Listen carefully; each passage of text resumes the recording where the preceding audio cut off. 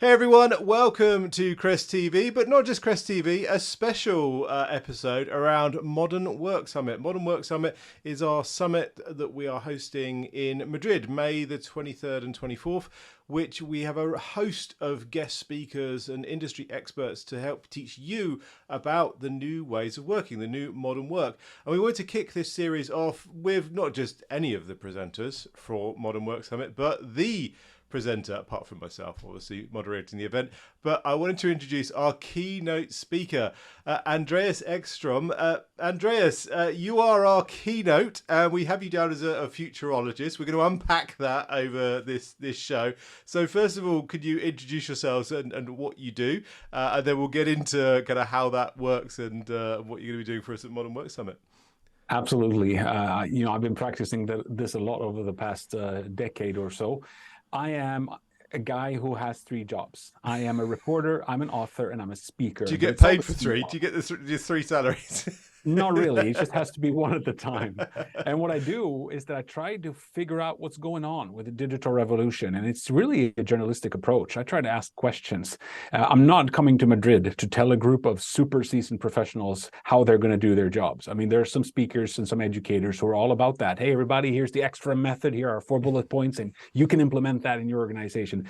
None of that. None of that. I'm going to assume that everybody that comes to Madrid for this is already an expert at what he or she does.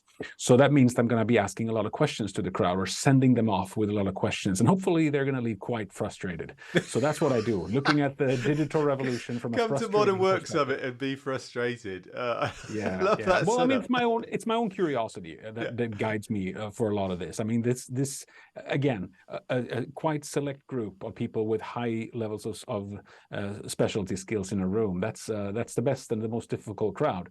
And I'm assuming that people are sharing my curiosity. We live in interesting times, and as my old reporter job, when I focused on culture, life, and arts, that all gravitated and became digital. So I wrote stories about that. I wrote books about that, and now I speak about that. So the world obviously got turned on its head back in 2019. I mean, how has things changed for you with regards to what you've seen and you know the changes that you've seen, not just from the industry but as human beings, I guess, in the world? So. Well, I mean, of course, we were thrown forward 10 years. I got the studio built here at home in Lund in the south of Sweden where I live. That I should have done that a few years earlier, but there wasn't quite the need. Now there was an immediate need, so I did it, and not everybody did it. A lot of people did it, and we learned and we started to innovate with technology, and we started to letting culture grow around what it's like to work remotely and figure out and what does it mean for some people when the social fabric is not there or the social fabric is digital. So many things that we had to start anew and figure out. And then I sensed, I don't know if you feel the same, but I sensed that once the restrictions were lifted after the pandemic, there was a backlash to that, and we just loved to get together like we're going to do in May in Madrid. People just love to hang out and say, here, let me give you a hug, let me shake your hand, let's get some coffee, let's have a beer. Oh, I love the smell of an airport, this place that I used to hate. That got back there too. So the challenge now, any forward-thinking leader, somebody who works in HR or is a CEO of a mid-sized company, can be hands-on with the work environment. Everybody need to think long and hard about how to balance this now.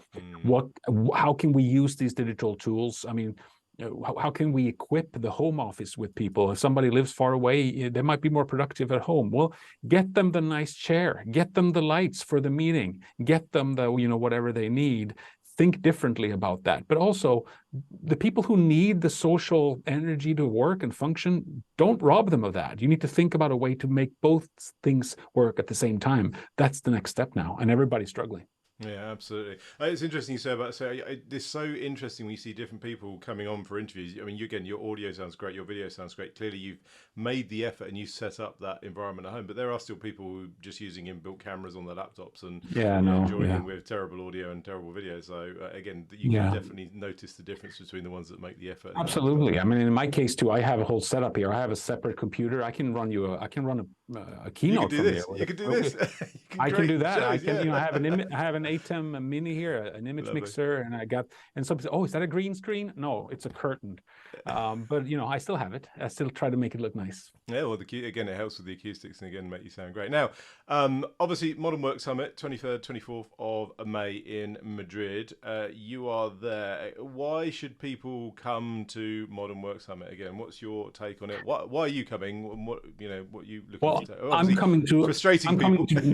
I'm coming to do my thing and then listen, because I'm hoping and expecting discussions and questions. I think it's going to be the way the schedule looks and the way the ambition of the hosts, the way it's been described to me, is that this needs to be collaborative, because everybody's struggling with the future of the modern workplace. That's just the case for everybody, and you shouldn't be. I want to give some words of encouragement to anybody who feels lost at this point. How are we going to balance this? The offices are emptying out, and floor space might actually be cheaper now because not a lot of offices are. So maybe we should keep it and just have. How are we going to do? I don't know how you're going to be doing it, because it depends on who you are. Everybody's struggling. So the best thing we can do is to get together at events like this one in May and talk to each other, listen and talk to each other, and be super active whenever there's a social space. That's what I want to do. And that's what I'm hoping. I'm hoping people are going to want to talk to me right before and right after my session too.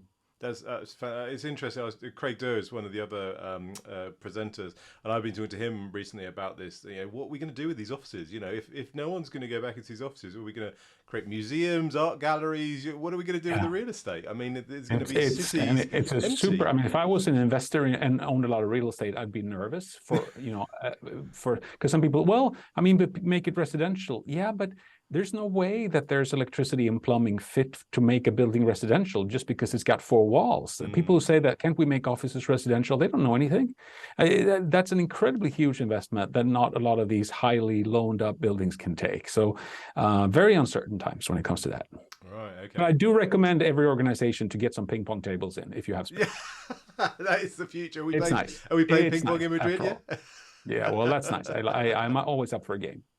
Fantastic. Well, Andreas, we don't want to tease too much because we want people obviously to sign up and register for the Modern Work Summit. So I don't want you to kind of tease any more about what you're doing, but we thank you for being our keynote speaker in May. I'm really looking forward to meeting you in person, and we can have that hug maybe, and the shaking hands and the beer and the ping pong as well as this. All for it. All for it. Fantastic. All right. Thank you for joining us here on Crest TV, and I will see you in Madrid in May. Looking forward. And thank you all for tuning in to this week's episode of... And thank you all for tuning in to this Modern Work Summit special here on Crest TV. We'll be showcasing all of the presenters we've got coming to the Modern Work Summit in Madrid in May. So make sure you subscribe, like, ring the bell, and all that good stuff for these Modern Work Summit updates from us here at Crestron on Crest TV.